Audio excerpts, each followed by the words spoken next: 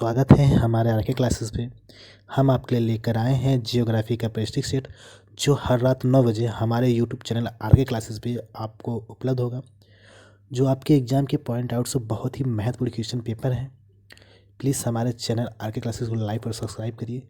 चलिए हम चलते अपने पहले क्वेश्चन तरफ। हमारा पहला क्वेश्चन है, निम्नलिखित में से कौन युग्म सम्मिलित नहीं है। ठीक है, पहला ऑप्शन है हरित क्रांति कृषि से, दूसरा है श्वेत क्रांति दूध उत्पादन से, तीसरा है पीत क्रांति रेशम कीट पालन से, चौथा है नीली क्रांति मत्स्य पालन से। ठीक है, फटाफट बताइए इसका आंसर क्या होगा हमारा।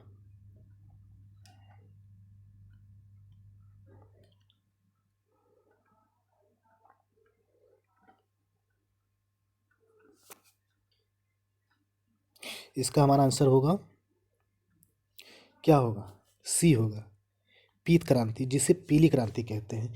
पीली क्रांति का संबंध तिलहन से, किससे है, तिलहन से है। ठीक है, तिलहन से है। ठीक, और रेशम कीट पालन संबंध जो हमारा सेरीकल्चर से, किससे है, सेरीकल्चर। ठीक, किससे है, हमारा सेरीकल्चर। ठीक, सेरी कल्चर्स। ठीक, ओके, चलिए चलते हैं हम अपने नेक्स्ट क्वेश्चन तरफ।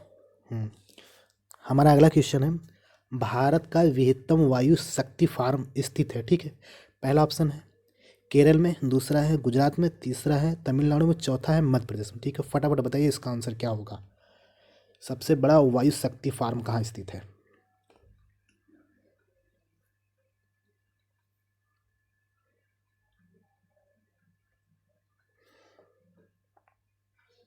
इसका आंसर क्या होगा हमारा, इसका हमारा आंसर होगा सी।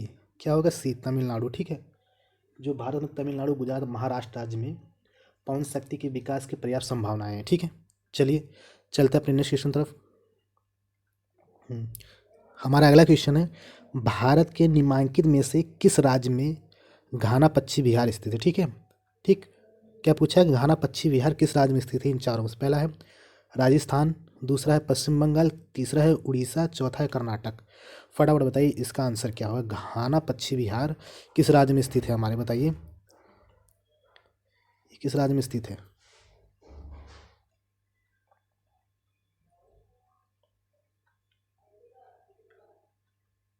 कहाँ स्थित है हमारा, इसका आंसर होगा राजस्थान। ठीक है, राजस्थान भरतपुर में स्थित है। ठीक है, इसे केवला घाना पक्षी विहार कहते हैं। ठीक, क्या कहते हैं, केवला घाना पक्षी विहार कहते हैं। ठीक, चलिए चलते हैं नेक्स्ट क्वेश्चन तरफ। हमारा अगला क्वेश्चन है, जाम्बिया की उभयनिष्ठ सीमा नहीं है।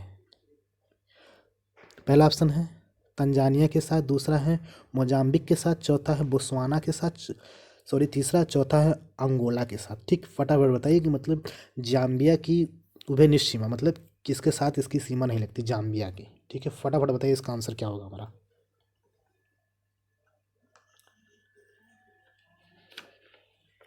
किसके साथ जाम्बिया की सीमा नहीं लगती इन चारों में से।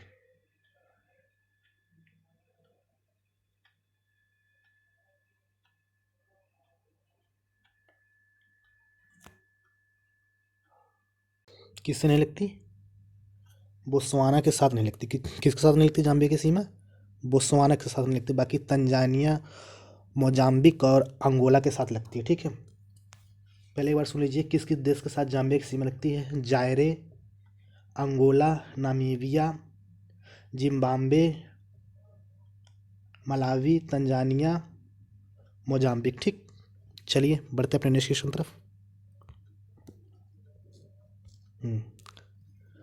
हमारा अगला क्वेश्चन है,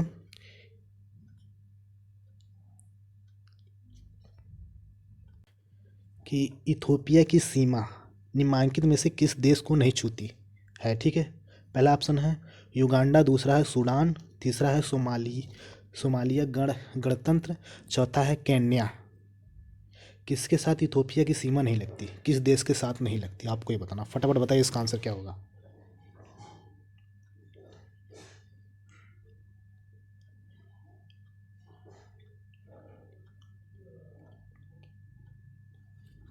किसके साथ नहीं लगती? हमारा नहीं लगती जो है ये युगांडा के साथ नहीं लगती, बाकी इन तीनों के साथ लगती है। ठीक है, ठीक। चलिए चलते अपने नेक्स्ट क्वेश्चन तरफ। हमारा अगला क्वेश्चन है, भूटान की निम्नलिखित में से किस नदी पर चोखा जल शक्ति परियोजना स्थित है? ठीक है, पहला ऑप्शन है रेदाक, दूसरा है अमोचू, तीसरा है मोच, चौथा है डांग मेचू। किस नदी पर चोखा जल शक्ति परियोजना स्थित है भूटान की? आपको ये बताना है।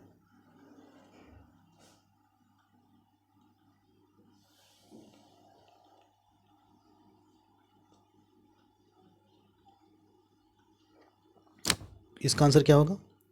इसका हमारा आंसर होगा रेदाक। क्या होगा? रेदाक, जिसे जो है वांगचू नदी के नाम से भी जाना जाता है। ठीक है, चलिए बढ़ते हैं नेक्स्ट क्वेश्चन तरफ।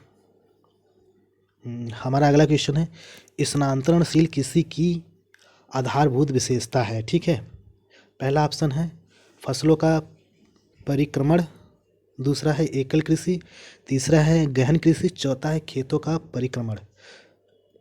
ठीक है, फटाफट बताइए इसका आंसर क्या होगा?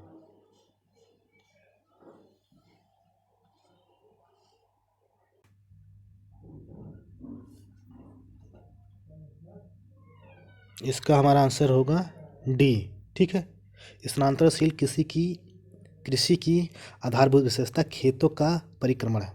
ठीक है, मतलब खेतों का स्थानांतरण है।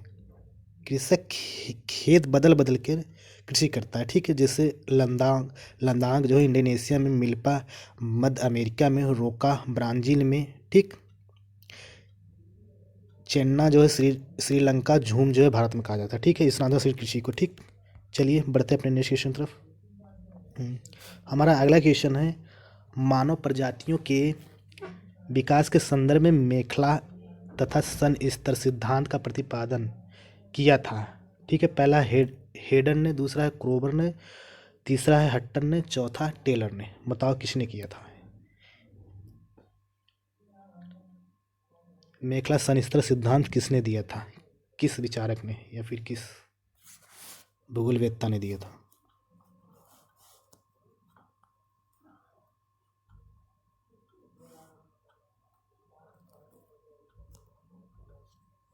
किसने दिया था हमारा? ये हमारा दिया था टेलर महोदय ने दिया था। किसने दिया था? टेलर ने दिया था।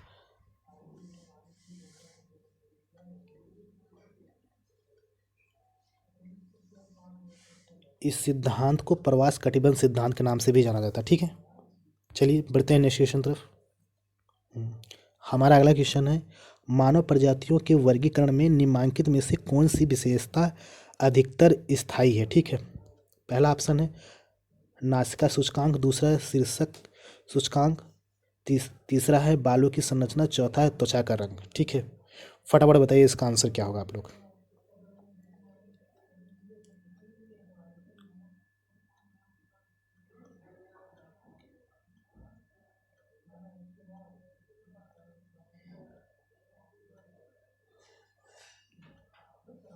इसका हमारा आंसर क्या होगा? इसका हमारा आंसर होगा बी होगा। क्या होगा? बी, शीर्षक, मतलब जो बोले तो कपाल सूचकांक के नाम से भी जाना जाता है। ठीक है, चलिए बढ़ते नेक्स्ट क्वेश्चन तरफ। हमारा अगला क्वेश्चन है, निम्नलिखित में से कौन चलवासी पशुचारक नहीं है? आपको ये बताना है कि इन चारों में से कौन चलवासी पशुचारक नहीं है। ठीक है, पहला ऑप्शन है मसाई, दूसरा है खिरगिज, तीसरा है कजाक, चौथा है पिग्मी। फटाफट बताइए इसका आंसर क्या होगा?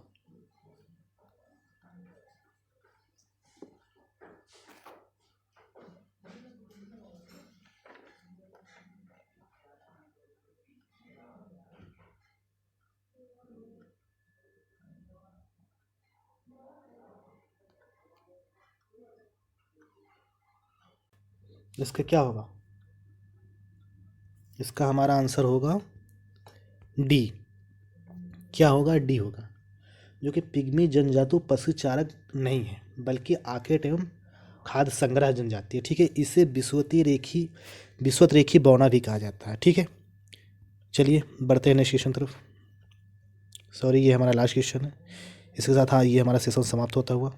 फिर मिलेंगे आपको नेक्स्ट वीडियो के साथ।